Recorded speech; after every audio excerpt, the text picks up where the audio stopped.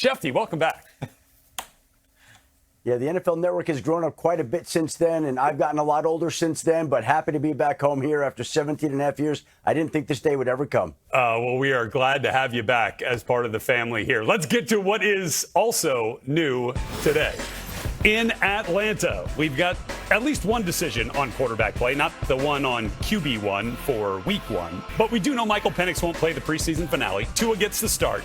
But head coach Kevin Stefanski with little clarity on timeline for naming an official starter.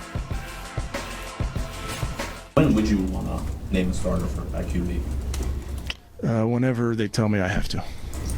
When that depth chart has to be put out. I'm honestly not trying to be coy. Just we'll focus on what's available to us, what information's available to us. Obviously, this has been something that we need to work through as people come back off of injury. I mean, Tua was injured to start camp, and then Mike's been injured, and not doing the 11-on-11. So every day you're just trying to make decisions based on who's available to you. The good news is very, very happy with our guys and the progress they've all made. Ideally before week 1, the start of week 1, the end of week, like before the game? Yeah, I'm truly not trying to be coy. I know it's not today. So I think we'll worry about this week and then circle back with you guys next week. Okay, so let's dig in on this here a little bit, Adam. Do you feel like the indecision for Kevin Stefanski over the starting quarterback for the regular season is more about Penix's readiness or Tua's performance?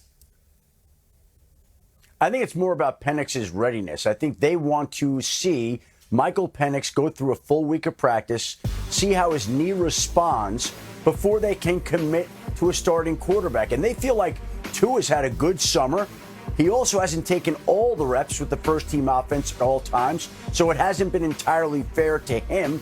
But they have to see how Penix's knee responds to the added practice and the added physical activity next week, see how he looks, see how he feels. And once they can gather all that information, then they can make a decision whether that's next week or the actual week of the opener. But when Kevin Stefanski talks about the uncertainty surrounding the position, it's because it's real right now. They don't know how Penix will respond, and they will have a better idea about that next week. And I think right now, they're comfortable with the way Tua has played this summer so far. Yeah, I don't get the sense that this is anything that Kevin Stefanski is panicking about, and he has the added time here, can make the decision as we lead up to week 1. Look, I mean, Tua did have the chance to put a hammerlock on this competition. Didn't do it, left the door open for Penix to come back because, had he played in practice so well, you get the sense that you could say, well, you know what, Michael Penix, not even ready to play in a full game because he hasn't had enough practices behind him. We're going to give him some time here. Like, that could have been the result here. Tua didn't put it away.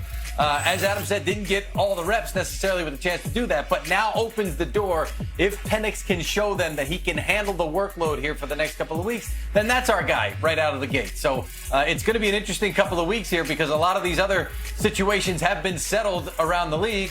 So let's see it come down to the wire for once, Adam. And Mike, one final note about this. I know that some people brought up the idea, well, maybe Jack Strand, the undrafted free agent, can win the job, or maybe Cooper Rush will shine. No, this is going to be between Michael Penix and Tua Tagovailoa. One of those quarterbacks will be the Falcons' opening day starting quarterback. 18 days until the opener for the Falcons in Pittsburgh. Okay, it's been a tough couple of weeks for Vikings quarterback J.J. McCarthy. Lost the starting job to Kyler Murray, got banged up in Saturday's preseason loss to the Ravens while completing just 50% of his passes. Now trying to hold off veteran Carson Wentz for the QB2 job. This is Kevin O'Connell hopes to see more from the third-year player in the preseason finale. With J.J., we're going to kind of give him a rest day today just to see if we can kind of put the ankle behind him a little bit. He's, gotten some work. We kind of split the reps yesterday just to not overload him and with hopes of, all along really wanted him to, be able to start this final preseason game. And we'll work off of that. If we can, we feel good about getting him those really important reps, we will. We're still working through the full plan, but as of right now, yes, I do. Okay, Mike, 0-1 in quarterback competitions this summer so far for J.J. McCarthy. How real is the battle for QB2 with Carson Wentz? Yeah, I mean, J.J. McCarthy should have it in his head that, hey, I got to come out and play well here in the last preseason game when I get the chance to do that. Carson Wentz played well last year. Like, don't forget about what they saw from him. He was also willing to play through a significant shoulder injury last year. That earned him a lot of respect and goodwill inside that organization. It continued into the summer. I think he played well in that Giants game, that preseason game here in Jersey. So Wentz is sort of announcing his presence and the fact that he should be a part of the quarterback plans here. For McCarthy, he needs to show that he can play through that ankle issue and that he can put a last good game on film for the Vikings to make a tough decision. Because then if it's Wentz as the number 2, then you start to get into some conversations about what you want to do if you're the Vikings with J.J. McCarthy. But that's putting the cart before the horse right now, Adam.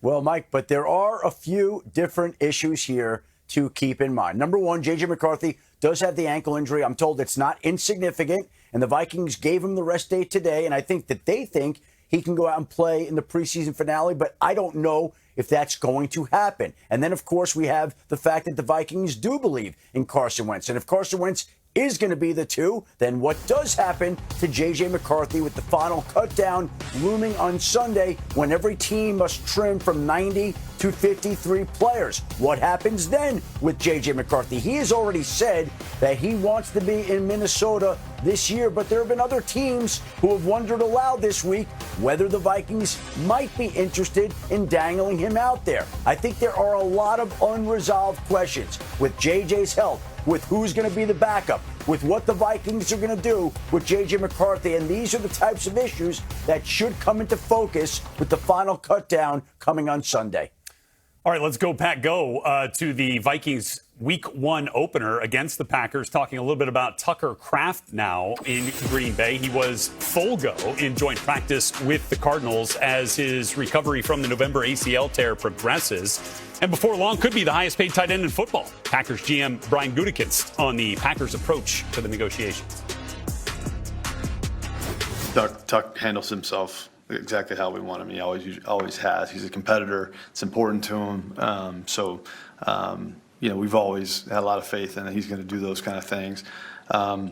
We would love to have that done. Again, these things are complicated at times, but we know Tuck's obviously going to be here, and that's very important to us. Whether we're able to accomplish that before the beginning of the season or not, we'll see. But it's very important to me. I think it's imagine it's important to the player. But these things take time, and sometimes they work out, sometimes they don't. But we're excited what Tuck's going to do for us this year. Well, Mike, we've seen some record-setting deals so far this preseason. Devin Witherspoon in Seattle, one of the most recent. What will the Tucker Kraft deal do to the tight end market when that gets done? Well, the hope is, if you're Tucker Kraft and tight ends everywhere, that you blow the lid off of this tight end market, which has been sort of lagging behind some other positions. And I've had some folks who say it's still tied into Rob Gronkowski years ago taking team-friendly deals and George Kittle being the one to stretch it. And now Tucker Kraft coming in and hoping that he can be the one that really starts to stretch it. And that helps him and it helps everybody else at the position.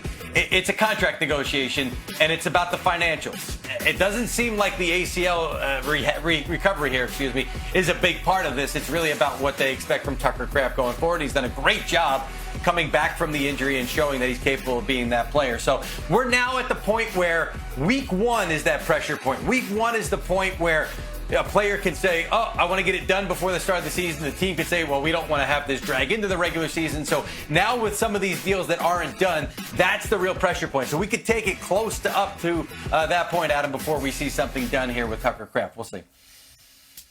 Well, Mike, there's always a rush to get some deals done right before the regular season opener, and there's always a flurry of deals that seem to get done that Friday and Saturday before the regular season kicks off. We even saw Dak Prescott's deal get done a few hours before kickoff on an opening day a couple of years back. So certainly that's possible. But the way the contract talks between the Packers and Tucker Kraft have been, there have been healthy conversations between the two sides, but there still is a healthy gap between the two sides. And that's what now, until the regular season opener, is all about, whether the two sides can bridge that gap where Tucker Kraft does want to become one of the highest paid tight ends in the league. And most people expect that if and when they can agree to a new deal, the average will certainly begin with a 2. It'll be somewhere in the low 20s. But can they get that worked out here in time? They're not particularly close now, but they have had good, positive, happy talks up until now. George Kittle is at the top of the market for tight ends right now, just over 19 mil per year on average annual value. Bucs first-round rookie Reuben Bain Jr. has been turning heads this preseason, but was not on the field for joint practice with the Jags today. Adam, back with us here. What's the latest on Bain's availability? He's been a human highlight reel at Bucs camp thus far.